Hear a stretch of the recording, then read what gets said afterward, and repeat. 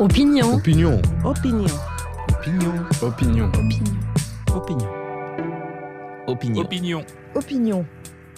Première.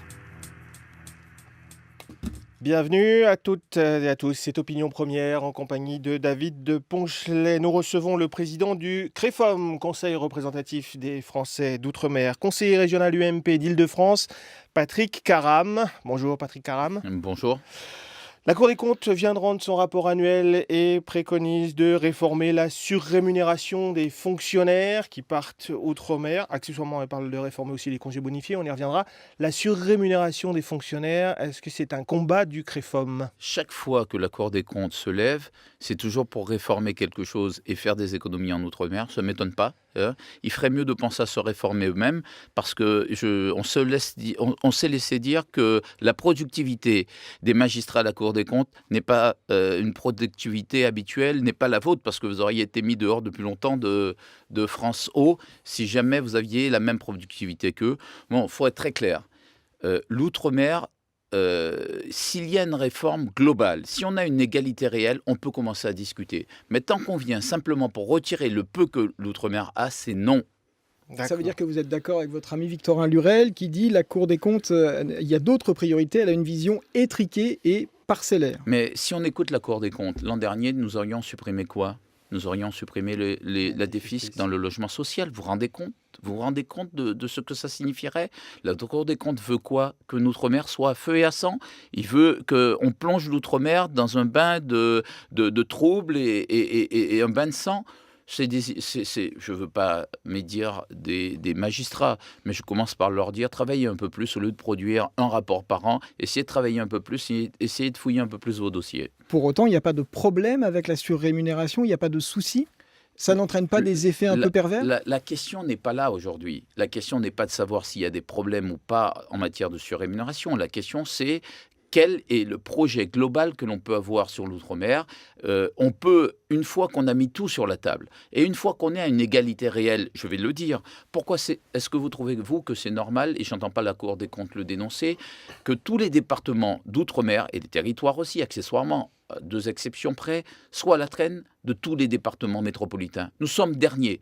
70 ans après la départementalisation, nous cumulons tout. Des retards dans tous les domaines, en matière de santé publique, en matière de revenus par habitant, en matière d'infrastructure. Nous cumulons tous les retards et reprenez celui du revenu par habitant. C'est quand même un indicateur important. Je ne parle pas du chômage où c'est 2 à 3 fois supérieur à la moyenne nationale et la pauvreté, c'est la même chose. En matière de revenus par habitant, aujourd'hui, la Guyane, c'est la moitié du revenu d'un Français moyen dans l'Hexagone. La Guadeloupe, c'est 63%. La Martinique, c'est 68%. Et je peux vous citer tous les autres chiffres. Est-ce que c'est normal que la Cour des comptes commence à se pencher sur ces questions d'injustice et d'inégalité avant de revenir sur des points qu'à chaque année, la Cour des comptes s'efforce de mettre en lumière, alors qu'en réalité, il faut un projet global pour l'Outre-mer.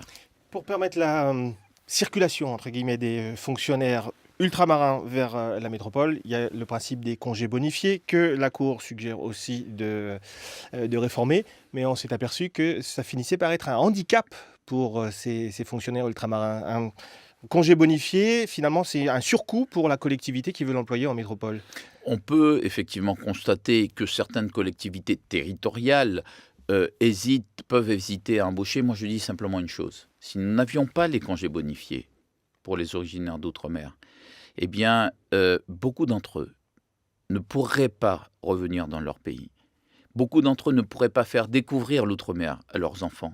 L'identité ultramarine serait complètement perdue. Et nous aurions des enfants, par exemple pour les Antillais, des enfants noirs, au lieu d'avoir des enfants guadeloupéens ou martiniquais attachés à leur identité. Ils seraient complètement pris par les problématiques de banlieue. Ils se pourraient être beaucoup plus facilement perméables à tout ce qu'on peut avoir d'extrémisme, par exemple des conversions. Ça arrive aujourd'hui. On en reparlera. Mais le fait qu'il y ait cette identité ultramarine préserve de beaucoup de choses. Donc c'est une chose extrêmement importante de préserver ces liens familiaux, et toucher aux congés bonifiés en demandant leur suppression, c'est une erreur profonde. Je ne dis pas qu'il ne faille pas reprogrammer quelque chose. Quelqu'un comme moi, par exemple, je bénéficie d'un salaire convenable, je n'ai pas besoin des congés bonifiés. Et pourtant, je rentre dans la catégorie de ceux qui pourraient en bénéficier. Je ne le demande pas. Je ne le demande pas parce que j'estime qu'il faut que chacun de nous puissions ne pas pousser les choses. C'est peut-être pour ça qu'il faut peut-être regarder les choses en étant beaucoup plus proche des intérêts des uns et des autres et de la nécessité des uns et des autres. Mais pour l'instant, notre position, c'est on ne touche pas. On ne touche pas aux congés bonifiés. C'est trop facile de vouloir faire des économies sur le dos des ultramarins tant qu'il n'y aura pas un règlement global de la question des ultramarins, de leur place dans la République, de la question de l'égalité entre les uns et les autres. Tant qu'il n'y aura pas de règlement global, il ne peut pas y avoir de retour sur tel ou tel, non pas avantage, mais mesures qui ont été mises en place pour rééquilibrer les choses. Quant au congé bonifié, je vous rappelle que ça avait été mis en place à l'époque pour les fonctionnaires métropolitains qui étaient en Outre-mer. C'était une sorte de prime, d'ailleurs comme la surrémunération, pour qu'ils aillent en Outre-mer. Écoutez, à un moment donné, il faut qu'on arrête maintenant cette chasse aux sorcières et qu'on arrête de pointer du doigt systématiquement les mêmes, les ultramarins. On n'a pas besoin de ça, qu'on commence par pointer la République sur ses défaillances. Vous parliez de l'égalité réelle, de l'égalité. La délégation interministérielle à l'égalité des chances des Français d'outre-mer, créée en 2007, vous avez été le premier délégué interministériel. Aujourd'hui, fait-elle assez? A-t-elle suffisamment les moyens? Est-elle efficace? Les moyens, j'imagine que oui, puisque j'en avais moins. Mon budget était inférieur à ce que faisait la délégation. Ce serait discourtois de ma part de juger mes successeurs, donc je ne le ferai pas. Vous n'avez pas d'opinion, en tout cas vous ne souhaitez pas l'exprimer. Aucune opinion et aucun commentaire. Le CREFOM fête son premier anniversaire et presque comme un cadeau, le ministère de l'Intérieur vient de vous répondre sur les modalités de mutation des fonctionnaires ultramarins, ceux qui sont ici et qui voudraient, ici en métropole et qui voudraient retourner chez eux. Le ministère dit qu'il a bien pris en compte vos remarques, mais qu'elles doivent être incluses dans une réforme plus globale. Est-ce que ce genre de réponse peut vous satisfaire? C'est extrêmement important ce qui s'est passé. Le président de la République, en allant à La Réunion, a déclaré qu'il fallait, pour les mutations, prendre en compte un critère particulier pour la bonification, les centres d'intérêt matériel et moral. Concrètement, ça donne une priorité de mutation à l'originaire d'outre-mer. Or, dans la circulaire que le ministre de l'Intérieur a proposée aux syndicats, il y a toute une partie sur l'outre-mer où ce CIM, le centre d'intérêt matériel et moral, n'apparaît pas. Et c'est un véritable problème, parce que si on avait laissé faire, c'est tous les autres ministres qui auraient fait la même chose. Et la priorité de mutation pour l'ensemble des fonctionnaires, pour l'ensemble des territoires d'outre-mer, est bien terminée. C'est un reniement de la parole présidentielle. Nous sommes montés au créneau et nous avons été entendus. J'ai reçu le courrier du ministre de l'Intérieur où il nous dit en substance deux choses. La première, c'est qu'il a demandé à la DGAFP, pour la Direction des générale de l'administration et de la fonction publique. C'est vrai que je suis habitué aux acronymes. Donc à la DGAFP de faire ces propositions et surtout de donner les axes pour une mise en place des CIM pour l'ensemble des ministères. C'est exactement ce qu'on veut. Parce qu'aujourd'hui, les mutations, c'est au petit bonheur la chance. Ça dépend des ministères. Ça dépend des centres. Ça matériels sont vus différemment selon le service, y compris à l'intérieur d'une même administration. Oui, ça c'est pour les congés bonifiés. Mais on parle maintenant de centres d'intérêt matériel moraux. C'est une nouvelle formule qu'il appartiendra de mettre en place et surtout d'imaginer. Nous serons très attentifs aux critères qui seront retenus. Est-ce qu'on restera sur la logique des congés bonifiés? Est-ce qu'on prendra d'autres types de critères beaucoup plus vérifiables, enfin j'allais dire plus objectifs? On verra. Mais en tout cas, le fait est qu'aujourd'hui, il déclare très clairement que le centre d'intérêt matériel moral s'appliquera à lui, une fois que ça aura été arbitré, à lui et à tous les ministères. Et c'est ce que nous souhaitons. La deuxième avancée quand même sur cette affaire, c'est que les points de bonification qu'il donnait le ministre, c'était 30 points, son ministère, 30 points pour une réitération des vœux. C'est-à-dire que l'originaire d'outre-mer qui demandait à partir sur une destination, la première fois n'avait aucun point de bonification. La deuxième fois, 30 points, c'était complètement insuffisant. 30 points, ça ne permettait absolument pas à un originaire d'outre-mer d'être prioritaire. On l'a montré. Eh bien, il nous a répondu. Il nous a donné, là encore, satisfaction en nous disant qu'il a demandé à ses services de travailler sur une élévation de ces points-là. Et ça, couplé au congé bonifié, je pense qu'on commence à toucher la solution et on va dans la bonne direction. Vous ne craignez pas tout de même que le courrier de Bernard Cazeneuve auquel vous faites référence, qui date du 3 février, donc qui est tout récent, Que j'ai reçu aujourd'hui. quand il dit j'ai saisi la DGAFP afin que soient analysées les modalités de la prise en compte de la qualité d'originaire pour l'ensemble de la fonction publique, vous ne craignez pas que ce soit une manière de botter en touche et de renvoyer le problème plus largement à une date ultérieure? Il aurait pu décider de ne pas le prendre en compte et de ne pas répondre là-dessus, puisque avec les syndicats, il n'avait pas été question de prendre en compte les CIM, puisqu'il a commencé ses négociations, je vous le rappelle. Nous avons eu le premier syndicat qui est allé le voir, le syndicat le plus important, qui nous a fait un retour dessus. Il n'était pas question de prendre en compte ces CIM. Et là, ça y est, c'est revenu. C'est revenu en disant qu'il est prêt à se soumettre à cette question des CIM. Le fait est qu'il a saisi la DGAFP. Je sais comment fonctionne l'État. Vous savez, j'ai été délégué interministériel. J'ai aussi utilisé la DGAFP à l'époque. C'est important, effectivement, que cette direction générale construisent un projet. Simplement, maintenant, il faut qu'on soit, nous, très attentifs à ce qui va être mis dedans. Ça, c'est la prochaine étape pour nous. Mais cette première étape, cette première difficulté qui consistait à reconnaître le besoin de priorité donné aux mutations pour les originaires d'outre-mer, eh bien, aujourd'hui, cette étape-là, on l'a franchie. C'est un acquis et c'est important. L'UMP a installé son comité outre-mer. Ce n'est pas un secrétariat national. Est-ce que c'est mieux? Est-ce que ce sera plus efficace? Je ne me mêle pas des affaires des partis. Vous êtes conseiller régional UMP Non, je suis conseiller régional dans le groupe de Valérie Pécresse, qui est aussi un groupe qui comporte des écologistes et des indépendants. Je siège aussi en tant qu'indépendant dans ce groupe. Tant que je suis président du CREFOM, j'observe une stricte neutralité tout en restant sarkozyste. Je suis très clair. Vous l'assumez? Je l'ai dit au président de la République, ça se sait. Simplement, le président du CREFOM que je suis ne fera jamais aucune faute politique. Il n'est pas question pour moi de faire prévaloir mes préférences politiques au moment où je préside aux destinées d'un lobby qui se veut être puissant. Ça veut dire que vous avez quitté l'UMP, vous n'avez plus de carte à l'UMP? Ça veut dire tout simplement que je me suis mis en congé le temps nécessaire de l'UMP, mais je reste, encore une fois, sarkozyste. Je suis dans le groupe de Valérie Pécresse au conseil régional. Et vous serez à nouveau candidat aux élections régionales? Je n'ai pas encore pris ma décision. Votre amitié avec Victorin Lurel, c'est compatible avec le sarkozysme, avec votre sarkozysme? Ça n'a jamais été incompatible. Quand j'étais délégué interministériel, non seulement on se voyait régulièrement, mais j'ai pu, à plusieurs reprises, monter au créneau à ses côtés pour le défendre, parce que parfois des mauvais procès lui étaient faits. Et lui-même, quand j'ai démissionné, il a tenté de joindre Nicolas Sarkozy pour lui demander, ce qui est quand même extraordinaire, pour lui demander de me maintenir en situation. Notre amitié n'est un mystère pour personne et tous les deux, nous l'assumons. C'est au-delà du politique. Mais il faut vous dire une chose, c'est que la politique peut pervertir tout. Mais heureusement qu'il y a des valeurs qui sont vraies chez les hommes, c'est des valeurs d'amitié, ça dépasse le reste. Et puis pour moi aussi, l'outre-mer. Ben, l'outre-mer dépasse les valeurs politiques. Moi, je suis né en Guadeloupe, je mourrai en étant guadeloupéen. Je suis arrivé à l'UMP il y a quelques années par le hasard de ma rencontre avec Sarkozy, et bien après avoir été élu au conseil régional. Je ne finirai pas dans un parti politique.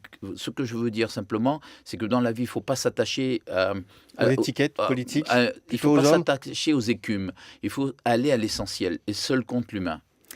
Et les combats. Pour reprendre et paraphraser une célèbre question, à quel poste pensez-vous le matin en vous rasant? Aucun poste. C'est celui de président du CREFOM me suffit largement. Et je peux vous dire que c'est un poste lourd. Ça ne veut pas dire que je n'envisage pas parfois, parce que c'est épuisant, d'arrêter, parce que j'ai une vie de famille que je mets de côté. J'ai aussi un engagement politique. Pour ne rien vous cacher, Nicolas Sarkozy m'a appelé plusieurs fois pour que je le rejoigne, et y compris en septembre, pour que je sois à ses côtés pour repartir dans l'aventure de la reprise de l'UMP et pour la suite. Et vous avez Et refusé je lui ai dit que je suis président du CREFOM, que je restais sarkozyste, mais que le président du CREFOM ne pouvait pas, en l'état actuel des choses, s'engager de manière aussi directe et surtout pas sur des sujets d'outre-mer. Ça- Vous imaginez comment je peux être le matin président du CREFOM et avoir dans mon conseil d'administration en moyenne 2/3 des personnes de gauche et dont le premier vice-président Georges Patient et sénateur Et donc socialiste, le président d'honneur Victorin Lurel et député et président de région socialiste, et puis le soir aller à l'UMP, c'est pas jouable. Ça veut dire que le CREFOM, pendant la campagne pour les présidentielles de 2017, restera neutre, strictement neutre. Le CREFOM restera neutre. Les hommes à l'intérieur du CREFOM ne resteront pas neutres. Mais le CREFOM... Chacun fera ses choix, les exprimera, ce sera votre cas. Enfin, mais aujourd'hui, Victorin Lurel fait ses choix politiques. Patient fait son choix politique. C'est normal. Et Patient est le premier vice-président. C'est normal que chacun puisse avoir une trajectoire politique. On n'a pas demandé aux gens qui rentrent au CREFOM d'abandonner la politique. Si moi, j'ai décidé un temps de lever un peu la pression, c'est pour mieux me consacrer au CREFOM. C'est normal. Pour le reste, l'avenir n'est pas écrit. Le CREFOM, justement, vous rentrez de Guadeloupe où vous avez installé un CREFOM, une antenne du CREFOM en Guadeloupe, de même qu'il y en a une en Martinique et à La Réunion. Une antenne dans tous les Outre-mer, c'est l'objectif? Alors, sur la Martinique, on l'a préfiguré parce que, comme vous le savez, c'est un processus long, complexe d'installer le CREFOM. On a des membres extrêmement importants en Martinique et je vais le lancer sans doute en mars. Parce qu'il faut le compléter avec des jeunes, des syndicalistes. D'accord. La Guadeloupe, c'est complet. Quand on va sur le site, on voit la puissance que le CREFOM a aujourd'hui en Guadeloupe, comme il l'a aujourd'hui à La Réunion. On va installer le CREFOM partout en Outre-mer. C'est en train d'être travaillé et dans l'Hexagone. On a déjà installé le CREFOM 93 et je suis en train de travailler sur l'installation du CREFOM dans chaque région de l'Hexagone et dans chaque département de la région parisienne. Est-ce que vous savez pourquoi ?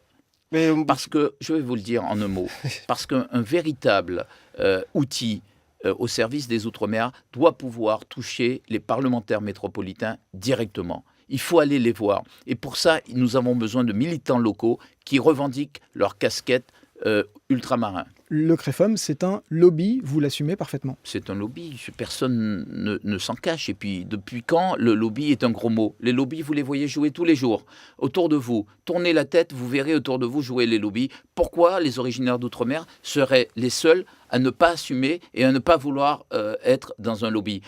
Vous savez, Guadeloupéens, il y a 400 000 Guadeloupéens. Si vous mettez les Guadeloupéens, les Martiniquais, les Guyanais, les Réunionnais, les Mahorais, les Polynésiens, les Calédoniens, les Walliciens, Futuniens, Saint-Pierre et Miquelon, si vous les mettez ceux de l'Outre-mer et ceux de l'Hexagone ensemble, vous avez quasiment 3 700 000 personnes. est-ce qu'on C'est a les mêmes finalement plus préoccupations puissant que 400 000 personnes. Et c'est ça qu'il faut qu'on arrive à faire. Est-ce qu'on a les mêmes préoccupations si on est Guadeloupéen de Guadeloupe et Guadeloupéen de l'Hexagone? Bien sûr que non. Il y a des différences, mais il y a des problématiques communes. Et puis le Guadeloupéen de l'Hexagone, vous savez, et parfois, il pense revenir au pays. Certains vont prendre la retraite, d'autres veulent revenir travailler. Il y a une porosité, il y a des passerelles entre les îles et l'Hexagone, et c'est pour ça qu'il y a des problématiques qui sont parfois séparées, mais il y a des problématiques communes, et le CREFOM rassemble. On rassemble les problématiques, on rassemble la société civile, la société politique, la société, l'élite, parce que nous avons été créés aussi avec 80 personnalités. C'est important que nous soyons tous ensemble. Tous, c'est pas simple. Vous savez, Ouais. je peux vous dire, je suis président du CREFOM, j'ai dû apprendre la patience, j'ai dû apprendre le calme, je le dis, j'ai dû me forcer pour apprendre Ce n'est pas dans votre nature. C'est pas dans ma nature de subir, de prendre des coups sans rendre les coups. Je rends les coups généralement plus vite tard. qu'ils ne vite m'atteignent, vous voudriez. sauf à la présidence du CREFOM où je dois tout accepter, tout subir sans rien dire. Mais je vous le dis, ça n'a qu'un temps. Le combat du CREFOM aujourd'hui, c'est l'égalité réelle. L'égalité réelle. Économique. Pourquoi Faisons juste un petit point d'histoire. En 1848, avec l'abolition de l'esclavage, les départements ont accédé à l'égalité civique. En 1946, avec la départementalisation, ces colonies ont accédé à l'égalité politique. Avec les lois qui ont commencé à l'époque de Mitterrand et se sont terminées à l'époque de Chirac, ils ont accédé à l'égalité sociale, c'est-à-dire le même SMIC, le même allocation RMI de l'époque. familiale, etc., etc.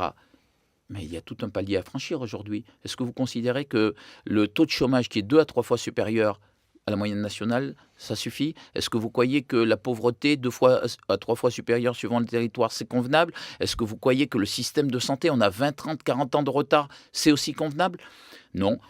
Alors nous avons décidé de mettre en place et de demander, d'obtenir une loi sur l'égalité réelle économique qui prend en place un critère. Et c'est ce critère qui permettra de tout faire avancer en même temps, c'est le revenu par habitant. Nous aurions pu choisir le chômage, mais si nous l'avions fait sur le chômage, on aurait pu mettre en place des micro-mesures, c'est-à-dire des contrats aidés. Ça n'aurait pas permis le développement de nos territoires.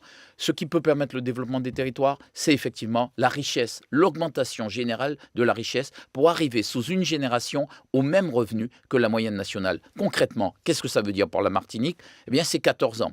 Ce qu'on veut, c'est que le plan prenne en compte la progression du revenu par habitant en Martinique, en Guadeloupe, en Guyane, à La Réunion, à Mayotte, qui a quasiment doublé, triplé en quelques dizaines d'années et qui s'est arrêté avec la crise en 2009. On veut qu'on retrouve les voies et moyens de cette croissance et qu'on puisse fixer ensuite une deadline, c'est-à-dire en fonction du passé, en fonction de ce qui a été fait, en fonction aussi de la démocratie, qu'on puisse ensuite mesurer chaque année les progrès et que l'État s'oblige à respecter ces progrès. Et c'est ça qui est important. Ça veut dire que nous voulons une loi dans laquelle l'État, chaque année, s'oblige à dire, voilà, l'outre-mer va progresser plus que l'Hexagone, et voilà jusqu'où il doit aller. Et c'est cette loi que je suis... Une sorte de loi de programmation comme il en existe pour la défense? Alors, c'est une loi, il y aura 2 types de lois.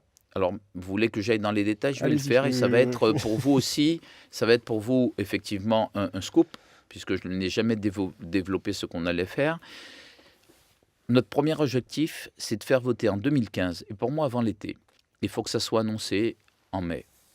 Faire voter une loi qui fixe cette obligation de résultat à l'État d'aller jusqu'à l'égalité réelle au terme d'un parcours qui varie suivant les territoires. C'est le premier objectif. Si on a cette loi, c'est une révolution copernicienne qui va s'amorcer. Et le deuxième objectif, puisque vous le savez, la LODEOM tombe en 2017. Vous le savez, et que la défiscalisation a commencé à produire des effets déclinants. Ça, vous le savez, ça fait plaisir à la Cour des comptes. Je ne l'ai pas entendu dire, oui, mais il faut remplacer la LODEOM.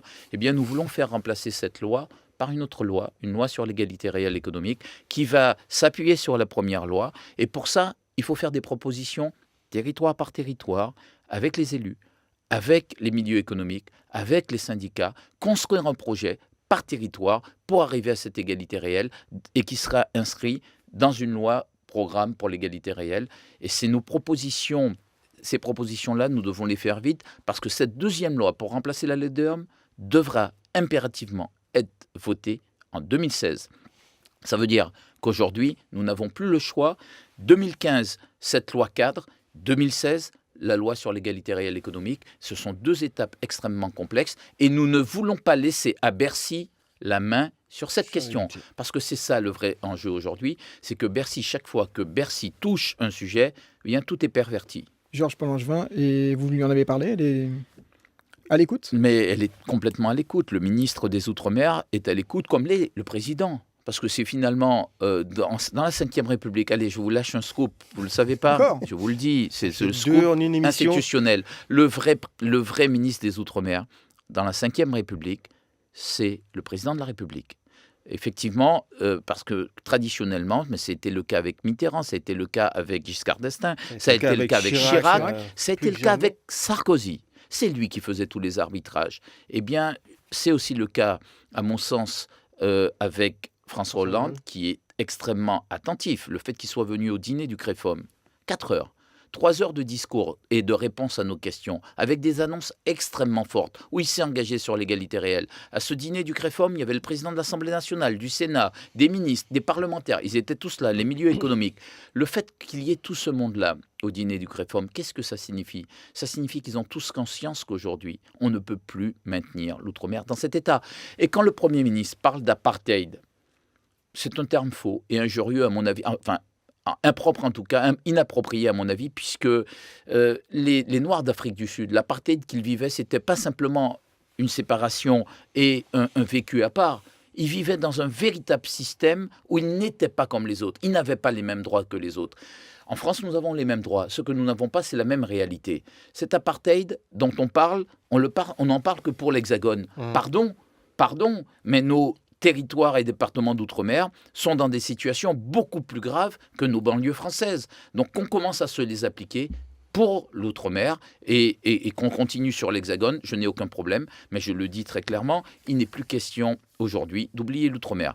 Et ce n'est pas parce que nos populations sont plutôt à quelques bouffées d'air près, ils sont plutôt, j'allais dire, dans une situation où ils attendent, ils laissent, ils ne manifestent pas, ils ne brûlent pas les voitures tous les jours, ils ne tirent pas sur les forces de l'ordre, qu'il faut s'amuser à laisser perdurer une telle situation d'injustice. Merci Patrick Caram. Merci. Votre temps de parole est largement écoulé. Merci David.